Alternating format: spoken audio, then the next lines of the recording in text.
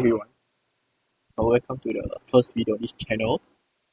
And before I get started, I just want to introduce myself as someone that loves to explain things in simple manners, in simple terms, and yeah, I really love chemistry as well.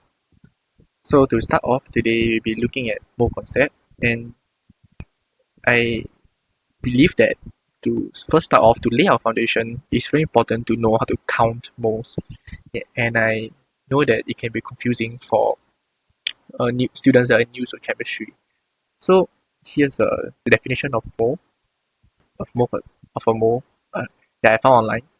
And I will leave the technical definition to what your school provides because I'm aware that different school may use different slightly different terminologies, and yeah, so I don't want to confuse you guys further. Just follow wherever your school provides. But the idea behind it is the same. So a mole is a unit of measurement. Sorry. So a mole is a unit of measurement. Right. So used to express the amount of substance. It is defined as the amount of substance that contains exactly this number right here. So at O level it's 6 times 10 to the power 23, and at A level it's 6.02 times 10 to the power 23. It's really just okay. So I want to highlight the word amount here. I'm aware that at O level, some schools may say that it's too ambiguous and they prefer to write out literally number of moles.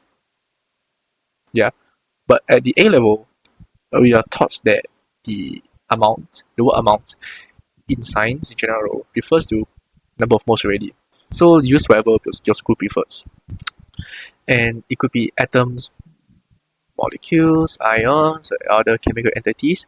Okay, so this is the most confusing part about counting moles. And I'll explain this later further on. So this number is known as Avogadro constant, Avogadro number or constant. So this is a scientist name. Yeah. So let's get started. So when they say particles, let me switch the color of my pen.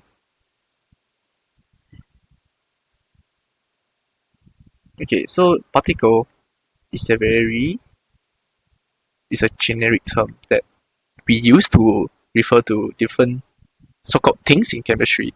Yeah, so let's say that I have one mole of hydrogen atoms.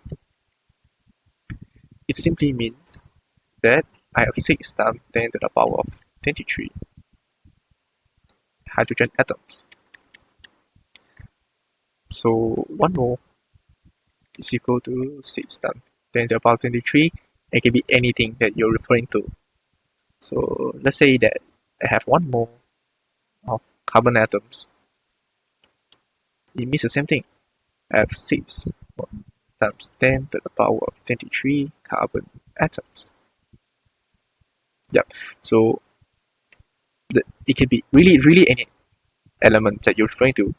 It can be fluorine, it can be bromine, it can be potassium, it can be sodium, and yada yada yada. Okay, so in this case, we are looking at atoms. Hence, the particle here is atom. So, but let's say I have 1 mole of H2 molecules. Let me just zoom out a bit. Okay, let's say I have 1 mole of H2 molecules. So it means that I have 6 times 10 to the power 23 of H2 molecule. So in this case, the particle that we are referring to is not atom but a molecule. We are referring to this molecule, H bonded to H.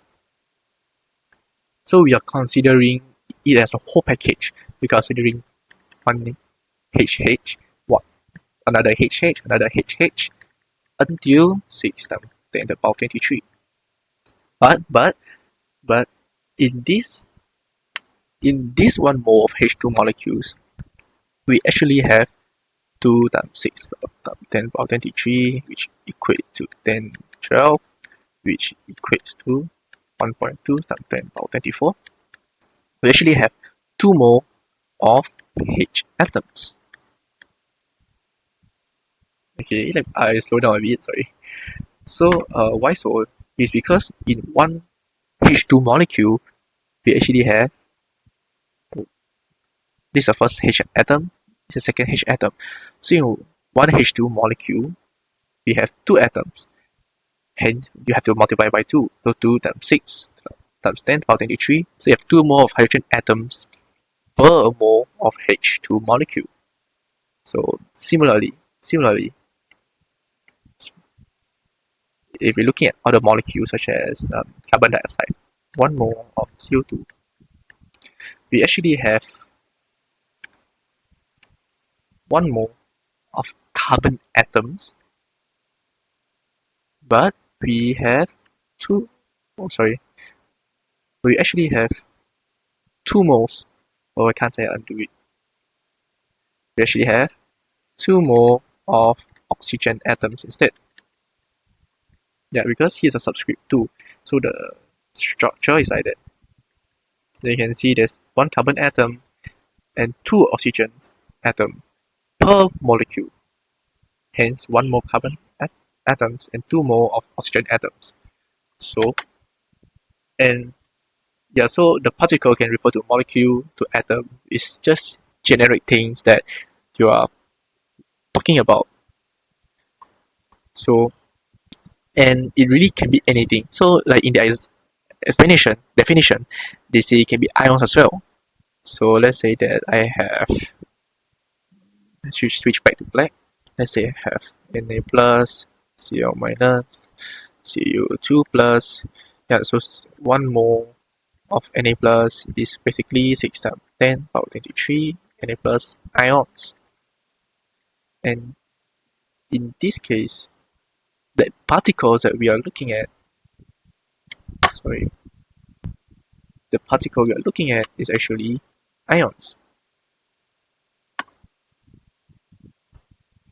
Yes, and it's not just confined to ions, molecule, or atom, or whatsoever. It can even be electrons. So how do we do electrons? Okay, I will give you guys one example. So let's say, so 1 carbon atoms, that should mean S.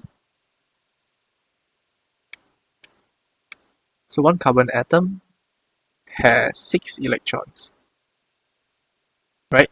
So how about 1 mole of carbon atom? 1 mole of carbon atoms has 6 times 10 to the power 23 C atoms, right? So 6 times 10 to the power 23 C atoms would have, so you take 6 electron here,